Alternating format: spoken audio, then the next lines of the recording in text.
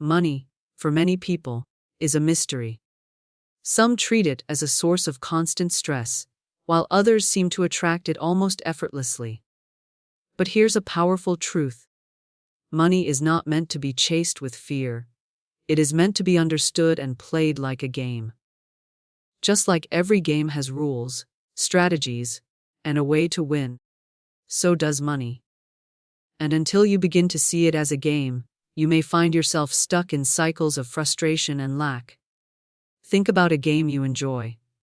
Whether it's chess, football, or cards, the joy comes not from fearing the game, but from playing it with skill and confidence. You don't sit down to play with anxiety. You approach with excitement, focus, and the desire to win. In the same way, the game of money is not about being anxious about bills or terrified about the future.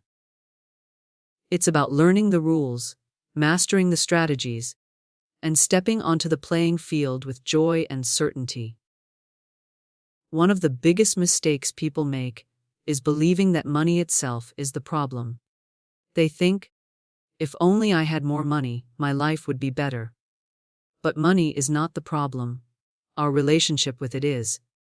Money is neutral. It has no personality, no emotions, no bias. It simply responds to the energy and mindset of the person handling it. A hammer can build a house or destroy it. It depends on the one who holds it. In the same way, money can build abundance or create chaos, depending on how we play the game. So, what is the first rule of the money game? It's this: you must change your perspective about money. Stop seeing it as a cruel master or a scarce resource, and begin to see it as a tool, a servant, and a form of energy that flows where it is welcomed. Money follows clarity, confidence, and purpose. If you treat it with fear, it hides. If you treat it with honor and wisdom, it multiplies. Here's an illustration. Imagine two people standing at the same starting line. One says, "I never have enough. No matter how hard I work, money slips away from me. Life is unfair." The other says, "Money comes to me in expected and unexpected ways. Opportunities find me. I always have more than enough to meet my needs and bless others." Both individuals might be in the same economic situation at the start, but their mindset will determine the outcome. The first will notice only obstacles, while the second will notice opportunities. That's the game. Your inner perspective shapes your outer experience. Now, this doesn't mean money will fall from the sky the moment you change your thoughts.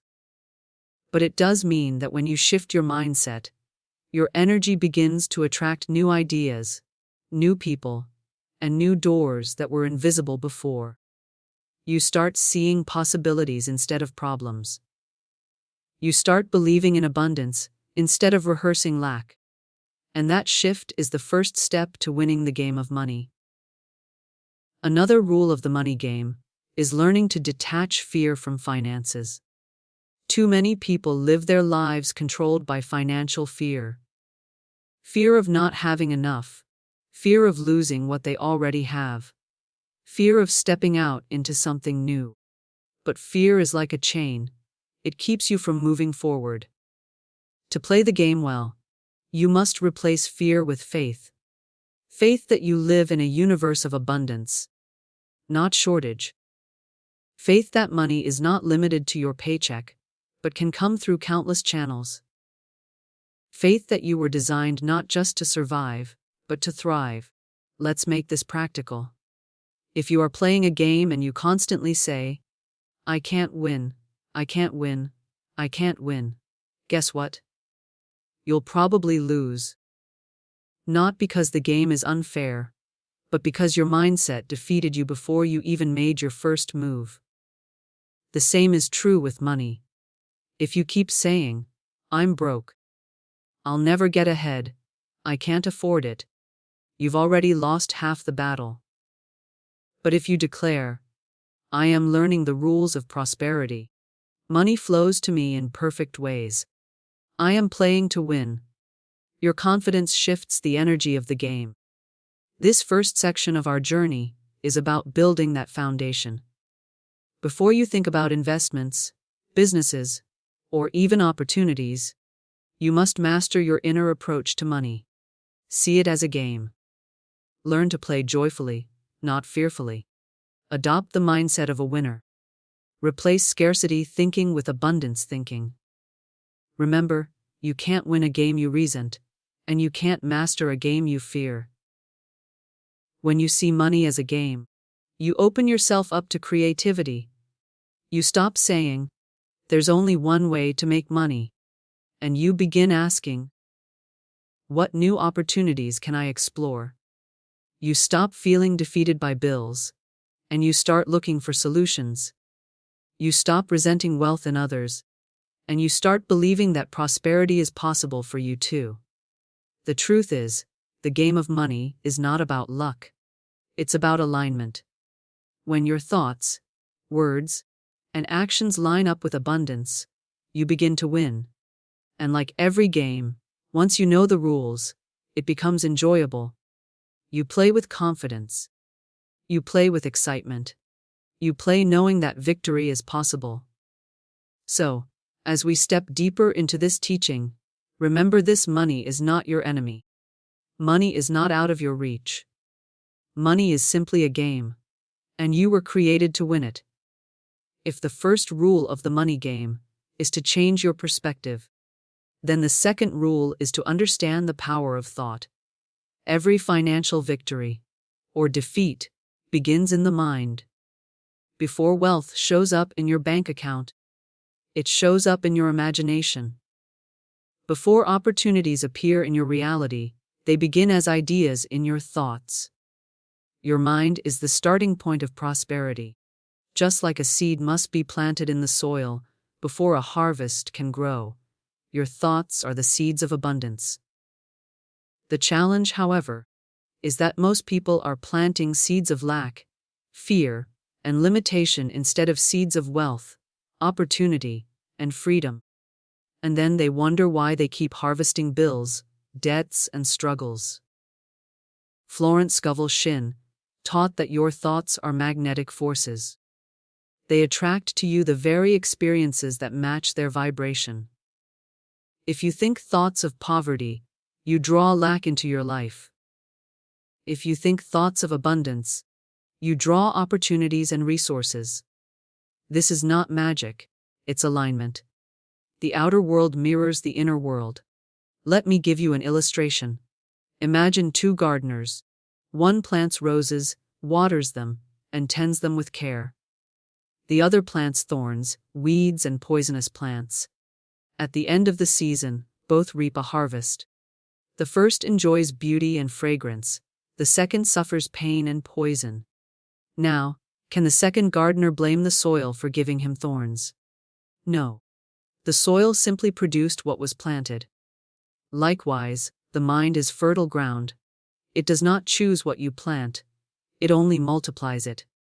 If you want prosperity, you must start planting prosperous thoughts. But here's where the challenge comes in.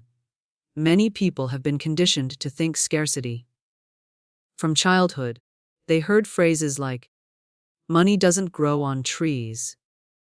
"We can't afford that." "Rich people are greedy."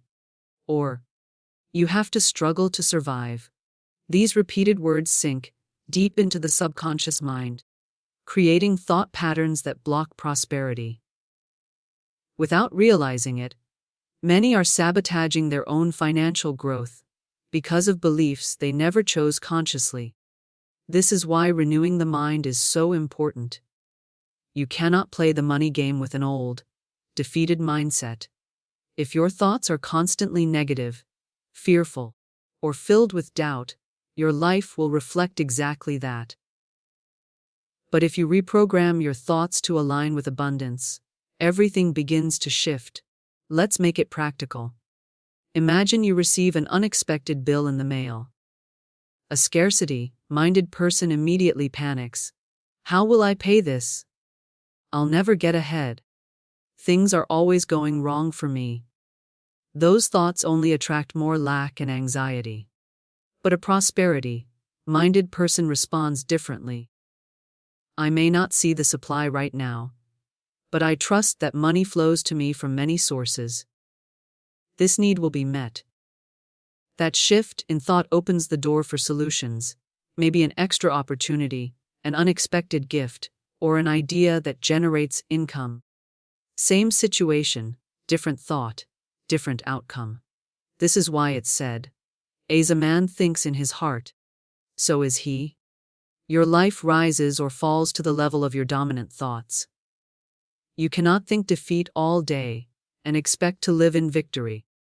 You cannot think poverty all week and expect prosperity on Friday. The game of money demands that you train your mind like an athlete trains their body. Discipline, consistency, and focus. Here's another truth: thoughts not only attract, but they also create. Think of the great inventions, businesses, and breakthroughs in history. They all began in someone's mind. The light bulb, the airplane, the smartphone. All these were once just thoughts. Wealth is often created by ideas that solve problems, add value, or open new possibilities. If you want prosperity, you must start thinking creatively. Instead of asking, why don't I have enough? Ask, what idea can I create? What solution can I provide? How can I add value in a new way? Prosperity begins with inspired thoughts. Now, some people might say, but I can't control my thoughts. They just come and go. That's partly true. Thoughts do flow in and out. But you can choose which ones to entertain. Just like you can't stop birds from flying overhead, but you can stop them from building a nest on your head. You can't stop every thought, but you can decide which ones to keep. Prosperity players guard their minds. They reject thoughts of fear, doubt, and limitation, and they nurture thoughts of faith, abundance, and opportunity. Here's a simple exercise. When a negative thought about money comes, I'll never get out of debt. Replace it immediately with a prosperous thought. I am moving toward financial freedom. My steps are ordered, and abundance is my portion. Over time, these new thoughts reshape your beliefs, and your beliefs reshape your reality. Another important point. Your dominant thoughts set your financial thermostat. For example, some people believe deep down that they can only earn a certain amount. Even if they get a raise or a blessing, something happens. A big expense, a poor decision, and they fall back to their old level. Why? Because their subconscious thoughts have set a limit. To break free, you must raise your inner thermostat. Begin to think higher, expand your vision, and believe that greater levels of abundance are possible for you. Finally, prosperity thoughts are not just about money in the bank. They are about a mindset of abundance in every area of life: peace, joy, creativity, generosity. When you train your mind to see abundance, you stop living in fear and start living in flow. You begin to notice opportunities everywhere. You trust that the universe is abundant and that there is enough for everyone. So, the second rule of the game of money is clear: guard your thoughts. Plant seeds of prosperity and refuse to rehearse scarcity. Your mind is the most powerful tool in your financial journey. If you win in your thoughts, you are already halfway to victory in reality. If thoughts are the seeds of prosperity, then words are the water that nourishes those seeds and brings them to life. In the game of money, your words are your moves. Every statement you make about your finances is like making a play on the board. You either move closer to victory, or you block yourself from advancing. That's how powerful your words are. Most people underestimate the influence of language. They think words are just sounds or empty sentences. But words are creative forces. They carry energy, they carry vibration, and they carry authority. Every time you speak, you are sending out an order to the universe, to your subconscious mind, and even to the opportunities around you. The game of money is shaped not only by how you think, but by how you speak. Here's a simple example. How many times have you heard someone say, "I can't afford that"? On the surface, it sounds harmless. But every time that phrase is spoken, it programs the mind to accept limitation. It closes the door on possibilities. By declaring, "I can't afford it," you're training your brain to stop looking for solutions. You're shutting off creativity. But what if, instead, you said, "How can I afford this?" Or, "The money will come to me at the right time." That small shift in words keeps the door open for new ideas, unexpected income, or opportunities that you might otherwise miss. Words are like keys. They either lock doors or unlock them. Negative words lock you into scarcity. Positive, faith-filled words unlock abundance. And this is why successful players in the money game guard their speech just as much as their thoughts. They refuse to casually speak defeat. They choose words that align with prosperity, even in challenging moments. Let me give you a story. A man was constantly saying, "I'm always broke. I never have enough money." He didn't realize that by repeating those words day after day, he was cementing his financial reality. His subconscious accepted it as truth, and life kept bringing him situations that confirmed his words. But then, he learned about the power of affirmations and began changing his speech. Instead of saying, "I'm broke," he started declaring, "I am abundantly supplied. Money flows to me easily and in perfect ways."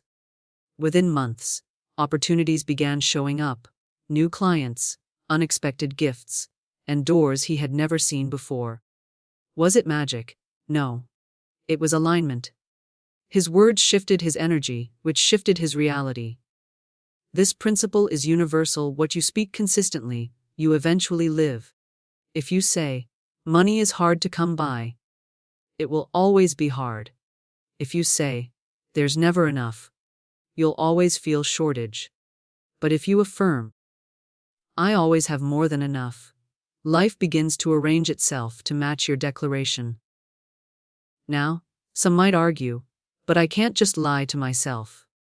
If I'm broke, how can I say I'm abundant?" The answer is that you are not lying. You are speaking in faith. Words are not just descriptions of your current reality. They are instruments to create your future reality. When you say, "I am prosperous," you're not denying your present. You are declaring your intention, your belief, and your alignment with abundance. Just as a gardener says, "I will have roses," even when only seeds are in the ground, you too must speak the harvest before it appears. Another rule in the money game is this: speak as though it has already happened. This is one of the prosperity secrets Florence Scovel emphasized. Don't say, "I hope to be wealthy one day." That places prosperity in the future, always just out of reach. Instead, affirm, "Wealth flows to me now. I am prosperous today." The word "now" is powerful because it pulls your abundance into the present moment. Prosperity doesn't live in tomorrow. It lives in the now. It's also important to watch the words you use in casual conversation. Many people sabotage themselves without realizing it. They joke, "I'm so poor," or "I'm drowning in debt," or "I'll never catch a break." They laugh while saying it, but the subconscious doesn't treat it as a joke. It accepts it as truth. That's why wise players of the money game refuse to use words of lack, even in humor. They speak words of abundance, gratitude, and expectation instead. Here's a practical exercise: begin to declare prosperity affirmations daily. Say things like, "Ooh, money flows to me in expected and unexpected ways." "Ooh, I am a magnet for divine opportunities. Ooh. I always have more than enough to meet my needs and bless others. Ooh. Every dollar I spend returns to me multiplied. When you repeat affirmations like these, you're not just speaking into the air. You're programming your subconscious to align with prosperity. Over time, your mind, your actions, and your circumstances begin to shift toward those declarations. Words also have the power to break old patterns. Many people grew up hearing negative financial phrases, and those phrases still echo in their lives. But the moment you start speaking new words, you begin to rewrite the script. Your voice becomes the pen that edits your financial story. You don't have to stay trapped in the language of lack. By speaking abundance, you change the narrative of your life. Finally, remember these words are not just about money in your hand, but about the spirit of abundance in your life. Speak words of gratitude for what you already have, no matter how small. Speak words of generosity over your future. Speak words that honor others' success instead of resenting them. Words create atmosphere, and the atmosphere you create will determine the opportunities that flow toward you. So, the third rule of the game of money is simple yet profound: speak prosperity, and prosperity will answer you. Guard your tongue as carefully as a player guards their moves on the board.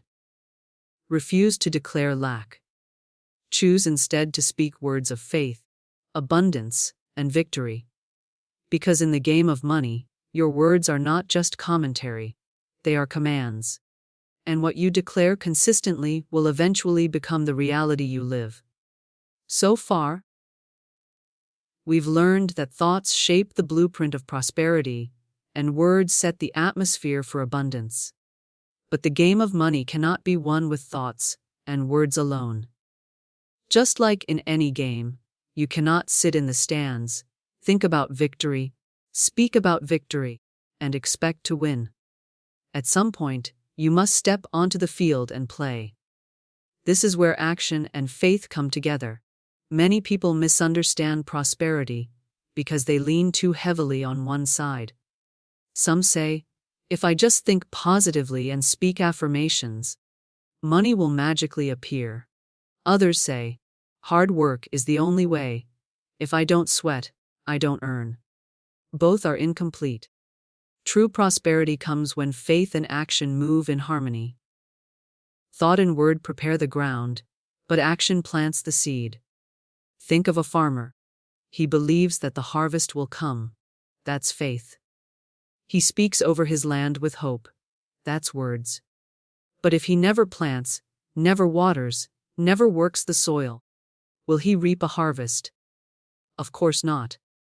In the same way, you cannot sit at home repeating affirmations and expecting wealth to drop into your lap. Prosperity flows through inspired action. Now, let me clarify something important. There is a difference between desperate chasing and inspired action. Desperate chasing is when you run after money with fear, stress, and anxiety. You take on things you hate, you force yourself into doors that are closed, and you live in constant exhaustion. That is not the way of prosperity. Inspired action, on the other hand, flows from faith. It comes with peace, clarity, and courage. It might stretch you, it might challenge you, but it doesn't destroy you. Here's the rule of the money game in this section. Faith sets the direction, and action walks the path. Consider this example. A woman had been affirming, opportunities are coming to me. Wealth flows to me freely. One day, she felt led to attend a small business workshop. At first, she hesitated, thinking, I don't know if I have the time. But she listened to the inner nudge and went. That workshop introduced her to a mentor who later connected her to a career opportunity that doubled her income. Was that coincidence? No. Her faith attracted the opportunity, but her action, attending the workshop, opened the door. This is how the money game is played. Faith without action is incomplete, and action without faith leads to frustration. When they come together, doors open. Let's get practical. What does faith-driven action look like? It might mean learning a new skill that positions you for greater opportunities. It might mean starting a small side project, even when you don't see the full picture. It might mean applying for that position you feel unqualified for, but where your heart feels drawn. It might mean investing in yourself, buying books, attending seminars, or surrounding yourself with mentors. All of these actions require faith, because you don't see the outcome yet, but they move you forward. Think about the game of chess. You don't win by just staring at the board. You must make a move. And sometimes that move feels risky. You're putting a piece in play without knowing how your opponent will respond. But without movement, the game cannot progress. Likewise, in the game of money, you must make moves. You don't have to see 10 steps ahead. You just need to make the move in front of you with faith. Now, here's the challenge: fear often keeps people from taking action. They think, what if I fail? What if I lose money? What if it doesn't work out? But remember, fear is the enemy of prosperity. Fear paralyzes, faith mobilizes, and even if you fail, every failure becomes a lesson that moves you closer to success. The only true failure is refusing to act at all. Another important principle: prosperity is not about working harder, it's about working smarter, guided by faith. Some people exhaust themselves in endless labor, but never get ahead. Why? Because their actions are not aligned with wisdom. Faith helps you discern which actions are right, which doors to walk through, and which opportunities to avoid. Prosperity doesn't come from business, it comes from purposeful, faith-driven action. Let me also remind you, action is not always about doing something big. Sometimes it's small, consistent steps that produce major results. Writing 1 page a day can turn into a book. Saving a little money each week can grow into an investment. Practicing a skill daily can lead to mastery and opportunity. Don't despise small beginnings. Every great fortune started with one action step. Another story: a man dreamed of starting his own business, but didn't have the capital. Instead of saying, "I can't do it," he took small steps. He began learning, planning, and offering small services in his free time. Within a year, those small steps built a reputation, and investors noticed him. Eventually, he opened the business he had dreamed of. Faith told him it was possible, action proved it was possible. So, in this section, let us make it clear: the winners in the money game are not those who only dream and talk, nor those who only run and struggle. The winners are those who think abundance, speak abundance, and then act on abundance with faith. Ask yourself today, what step can I take, even if it's small, toward the financial life I desire? Maybe it's starting to tithe. Maybe it's opening a savings account. Maybe it's launching a simple online idea. Whatever it is, take the step in faith. The universe responds to movement. Remember, the game of money is not played in theory. It's played in action. And when your action is fueled by faith, you cannot lose. You may stumble, you may face setbacks, but every move will ultimately position you for victory. So the fourth rule is this: combine faith with action, and prosperity will meet you halfway. Don't just sit on the sidelines, and don't run blindly in panic. Step forward in confidence, guided by your faith, and the doors of abundance will open in ways you never imagined. We've journeyed through the game of money. We've seen how perspective, thoughts, words, and action shape prosperity. But there is still one final and critical rule of the game: true prosperity is not just about getting. It's about circulating and sharing. Money, like blood in the body, must flow. If blood stops circulating, the body becomes sick. If money stops moving, if it is hoarded in fear, it loses its life, giving energy. Prosperity is meant to circulate, to move freely, to bless not only you but others through you. In this way, living in abundance is about freedom and generosity, not fear and hoarding. One of the greatest misconceptions about money is the belief that abundance means piling up as much as possible and clinging to it tightly. But when you clutch money with fear, you are telling the universe, "I don't believe more will come." That energy of fear attracts lack. On the other hand, when you give freely and joyfully, you send a powerful message. I trust in unlimited supply. And that trust opens the floodgates for more to return to you. Florence Scovel often emphasized the law of circulation. Whatever you give in faith returns to you multiplied. Give fearfully, and you block the flow. Give joyfully, and you increase the flow. It is a divine principle. Generosity unlocks prosperity. Think of a river. Its beauty, its power, its life, giving force all come from its movement. If the river stopped flowing, it would become stagnant, filled with decay. The same is true of wealth. Prosperity is not measured by what you cling to, but by how freely it flows through your life. When you live with open hands, you position yourself as a channel of abundance, rather than a container of fear. Here's a powerful truth: the wealthiest people are often the most generous. They understand that money is not the goal. It is a tool. It's a servant, not a master. They don't fear giving, because they know giving creates room for more. They see money as a river, not a reservoir.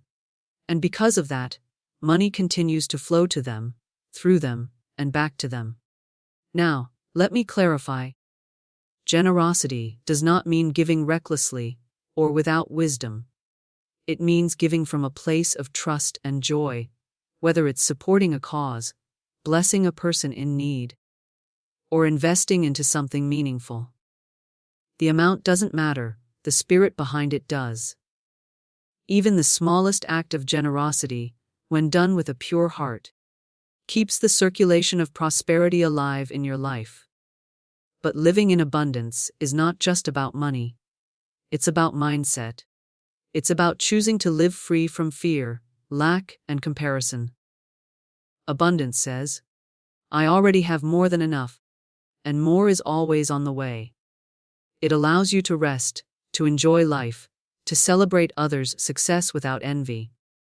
When you live abundantly, you stop competing and start creating. You stop chasing and start attracting. Here's a story. A man once held tightly to every dollar he earned, terrified that if he gave away even a little, he would not have enough for himself. Despite working hard, he was always anxious, always short, always struggling. Then one day, he decided to test the principle of circulation.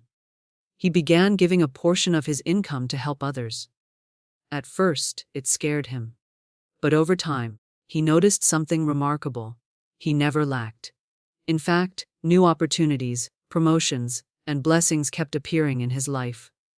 What changed? Not his paycheck, but his mindset. He shifted from fear to trust, and money responded by flowing back to him in greater measure. Living in abundance also means practicing gratitude. Gratitude multiplies what you already have. When you thank life for the money in your hand, even if it is little, you are declaring, I see the abundance already around me. That attitude opens the door for more. But when you complain about what you don't have, you block the flow. Gratitude is the magnet that draws more prosperity into your experience. Another key part of living abundantly is stewardship.